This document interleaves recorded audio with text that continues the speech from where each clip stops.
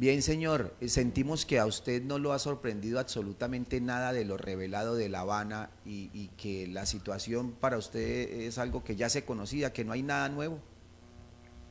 Sí, y por lo demás hay cosas fastidiosas o lamentables. Yo ayer madrugué mucho porque como estábamos en la discusión de una reforma política presentada por el gobierno, y me puse a estudiar eso como a las 4:30 de la mañana, el documento que publicaron las dos partes, el que me correspondía, que es el de participación política, el borrador.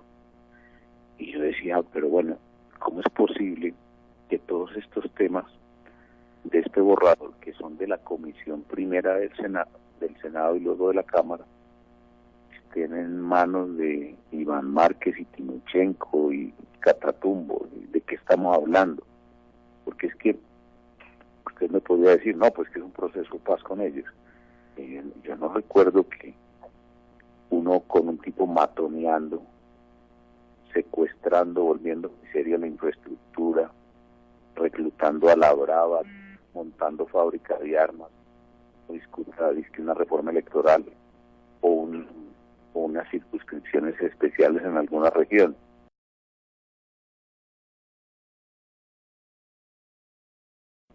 Entonces, luego uno ve y trata pues de entender hacia dónde van las cosas y recuerda lo siguiente. Yo tengo por ahí un librito que publicó nada menos que Jacobo Arenas. Jacobo Arenas era el jefe de las FARC, el jefe político de las FARC en la década del 80. Y ese librito reúne toda la experiencia del proceso con Belisario.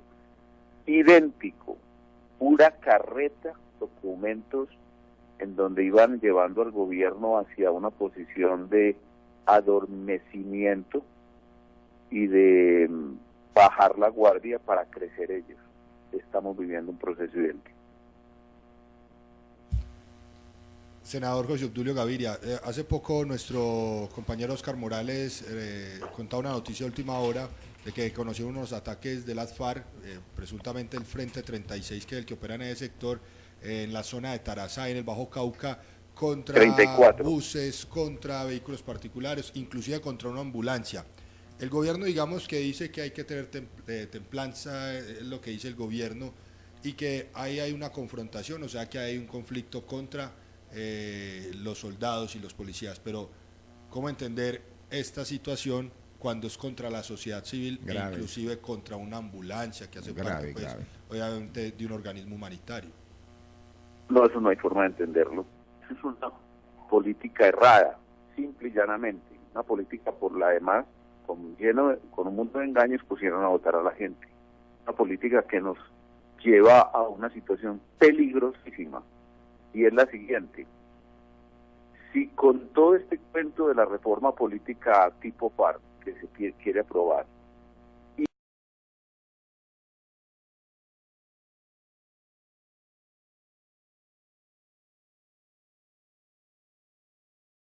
y con las zonas de reserva campesina, se les crean a las FARC unas condiciones tan favorables para seguir creciendo y sobre todo para mantener una alianza con el régimen de Chávez, que es chavista más bien, perdón, de Maduro, que es un régimen que pretende el mismo programa político, convertir en realidad el mismo programa político de las FARC. Allá en Venezuela nosotros nos ponemos en una situación de capitis diminucio, de dificultades enormes para la inversión y de crecimiento, para el crecimiento, y por otra parte les damos a ellos ocasión de,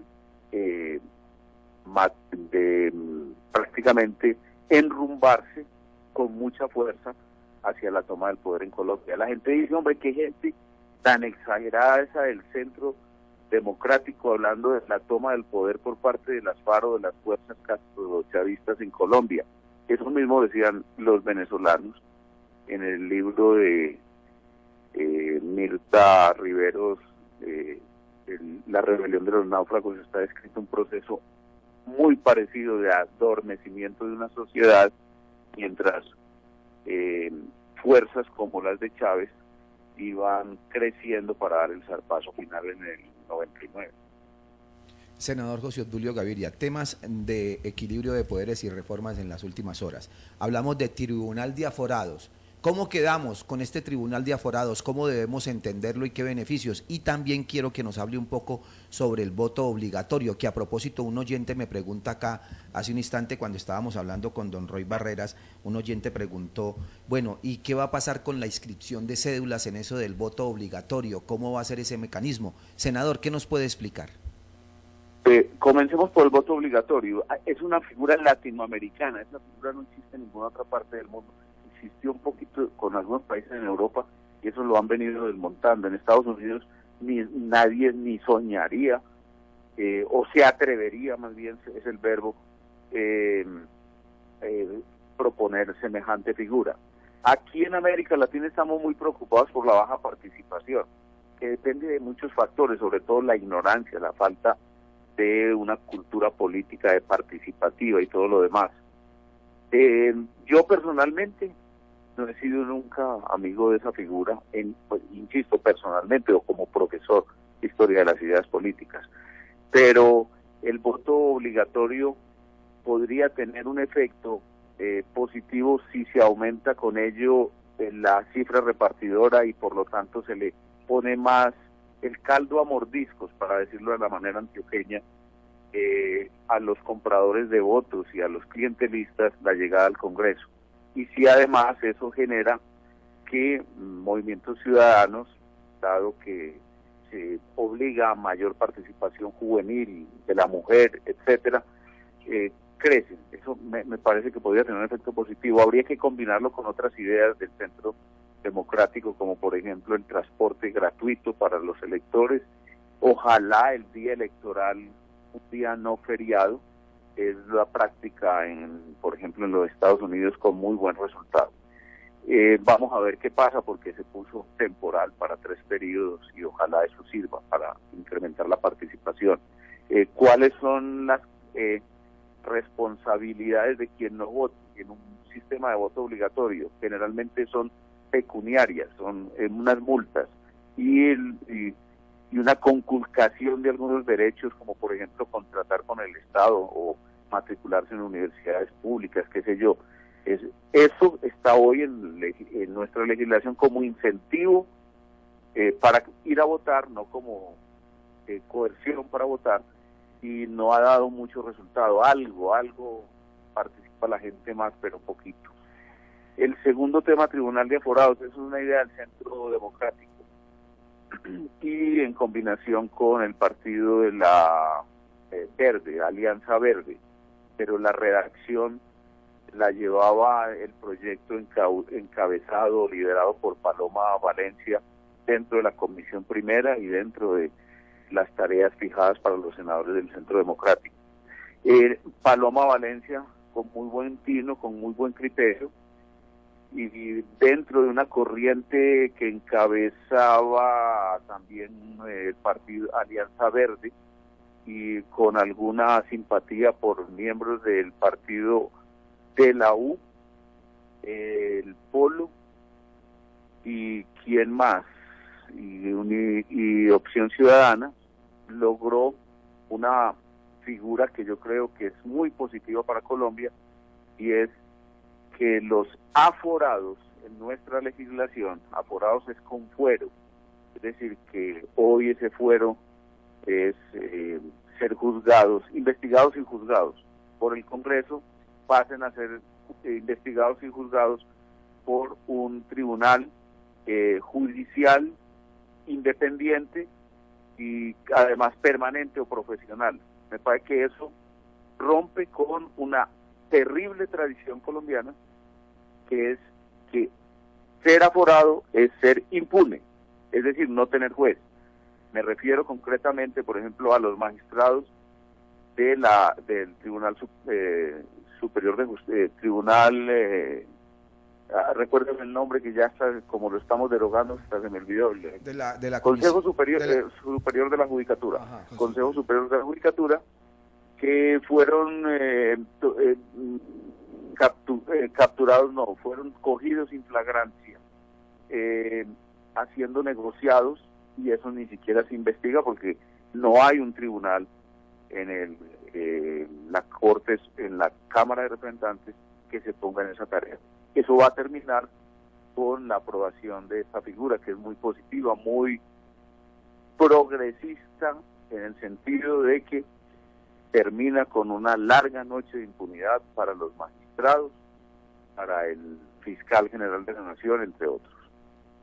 Senador José Obdulio. Una rápida, senador. El Centro Democrático, ¿por cuáles votó afirmativamente en la comisión primera de todos estos aspectos o artículos de la reforma a equilibrio de poderes, haciendo la salvedad que usted Tribunal fue el único de que no se Aforados, equivocó que con la es reelección? ¿Cuál el tribunal de aforados? Sí, tribunal. Sí. ¿Cuál más, nada más? ¿Cómo? Esa fue la única que votaron afirmativamente. No. Nosotros estuvimos en una actitud muy abierta. Si nosotros no somos oposición irreflexiva, ni somos oposición filibustera, ni nos gustan las zambras, ni las peleas por las peleas. Por ejemplo, hay un tema en el que nosotros por convicción votamos pleno, obvio, es que es una idea nuestra también y la aplicamos, que es la lista sin voto preferente, o lo que se llama lista cerrada y bloqueada, así la llama el proyecto. Nosotros, pues, ¿cómo vamos a votar en contra? Votamos a favor y explicamos además nuestro voto. Nosotros votamos favorablemente el voto obligatorio. Si usted me va recordando temas, yo con mucho gusto le voy diciendo cómo votamos, pero le recuerdo una muy interesante, entre otras cosas, la anécdota es que quedamos empatados. ¿Cómo les parece que se propone por parte del gobierno, y se amplía con una idea de Roy Barreras, que los actuales congresistas el año entrante basta que se retiren en el momento de la inscripción para ser gobernadores? Ponga el caso, por ejemplo, del doctor Prieto, porque esta reforma va a estar vigente para el año entrante en octubre. ¿De Eugenio Prieto? Sí, que entonces que el doctor Eugenio Prieto, para que lo volvamos para nombres propios, pueda ser gobernador, inscribirse como candidato a la gobernación de Antioquia y no haya inhabilidad. Tiene que renunciar, sí, pero... O el caso de que el doctor Eugenio Prieto sea nombrado ministro y entonces simplemente pasa a un ministerio. Yo tuve este problema, es que yo he escrito mucho sobre ese tema. Entonces, si yo voto negativamente, un alumno mío que sea bien juicioso, por ejemplo, que se acuerde de mis clases, o se vaya al archivo del periódico Mundo y encuentre mis columnas, dice, pero miren a José Obdulio Gaviria, qué inconsecuente. Mire lo que nos decía en clase, que eso es un bloqueo constitucional absurdo que solo aplica a Colombia, eso de que los parlamentarios no puedan ser ministros o no puedan ser candidatos a gobernación, cosa parecida, cosa que es de común ocurrencia en todos los países del mundo, y va y vota en contra. Entonces yo expliqué, voto en contra porque el partido vota en contra. Ah, no, que cámbienos el voto porque de todas maneras usted cree en lo contrario. Totalmente de acuerdo con el ministro y su exposición de motivos de ese artículo, pero no lo puedo votar a favor. Y entonces votamos y quedamos empatados. El partido votó en contra, porque el presidente Uribe y Paloma Valencia, Paola Holguín, etcétera, están en contra de ese artículo. No sé qué otros, si me van preguntando uno por uno. Senador, quería que me hiciera un poquito de precisión con respecto al ejemplo que puso del señor Eugenio Prieto, porque aquí ya esto se disparó en las redes, están preguntando que profundice un poquitico en esa posibilidad y a partir de cuándo queda en vigencia. Bueno, ese artículo se aprobó por esto, porque nosotros teníamos unos compromisos sobre la base de que la sesión terminaba a las 6 de la tarde, pero se demoró 2 horas más para comenzar, y entonces el momento de votación ya final, porque había que dirimir ese voto, como quedó empatado dirimir esa votación, entonces Rangel y yo nos tuvimos que ir, él para Caracol y yo para RCN, y entiendo que eso se aprobó en primera vuelta. Entonces, pero es en primera vuelta, recordemos a los oyentes que esto pasa a la plenaria, en donde yo creo que no lo aprueban, y luego pasa a la Cámara, donde tampoco creo que lo aprueben en caso de que pasara en la plenaria. Y el año entrante, en el primer semestre, tendrá que volver a ser discutido para aprobación en segunda vuelta. Si lo llegasen a aprobar, yo lo dudo, como dudo también que cierren las listas, los vi muy dudosos. O sea, el voto preferente, suprimirlo. Entonces, si lo llegasen a aprobar, el senador Prieto se podría inscribir para las elecciones del año entrante como candidato a la gobernación, sin haber renunciado un año antes, es decir, renunciando en el momento de la inscripción. Usted habló de un punto que es bien interesante y es los tiempos. Cada vez que nosotros hablamos con políticos aquí, con congresistas como usted sobre el camino de esta reforma y este equilibrio de poderes, en la calle la gente le dice a uno, hombre, no le voten tanta corriente porque el tiempo no va a dar y para 2015 no va a haber ningún cambio sustancial. ¿Ese parece que es el consenso entre las mayorías? Pero es porque no conocen el nuevo Congreso. El nuevo Congreso tiene al Centro Democrático. Y a esa gente le da pena no ir, porque nosotros vamos desde el primer minuto hasta el último minuto. Y no vamos a quedarnos callados, vamos a expresar nuestros puntos de vista. Y no vamos a oponernos como se opone el Polo Democrático por oponerse o porque simplemente no cree en el sistema. Nosotros nos oponemos cuando no creemos en un punto de vista, o la mayoría del partido no lo cree.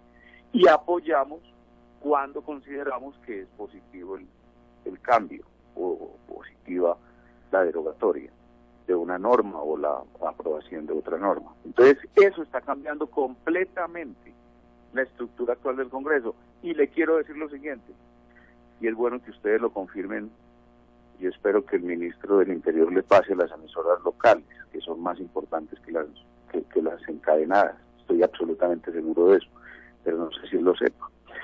Si usted le preguntan al ministro, él le va a tener que reconocer la siguiente afirmación que voy a hacer. El ministro del Interior ya no se cansa de admirar y repetir lo bueno que es tener una bancada como la del Centro Democrático, con la que sabe qué se piensa, qué quiere y qué va a hacer, y no con unas bancadas disolutas desde el punto de vista del derecho, de las ideas en el derecho, o absolutamente indisciplinadas y caóticas con las que uno no sabe qué hacer. Eso cambió por la presencia del Centro Democrático en el trabajo del Congreso. O sea que, para decírselo en síntesis, esta reforma, con esa bancada, en cierta forma, aupando el trabajo que en últimas le ayuda mucho al gobierno también para esos efectos, termina siendo aprobada o improbada dentro del periodo que se fijó el gobierno, que es el segundo del año, el primer periodo legislativo, viene siendo el segundo periodo legislativo, o sea, el primer semestre del año.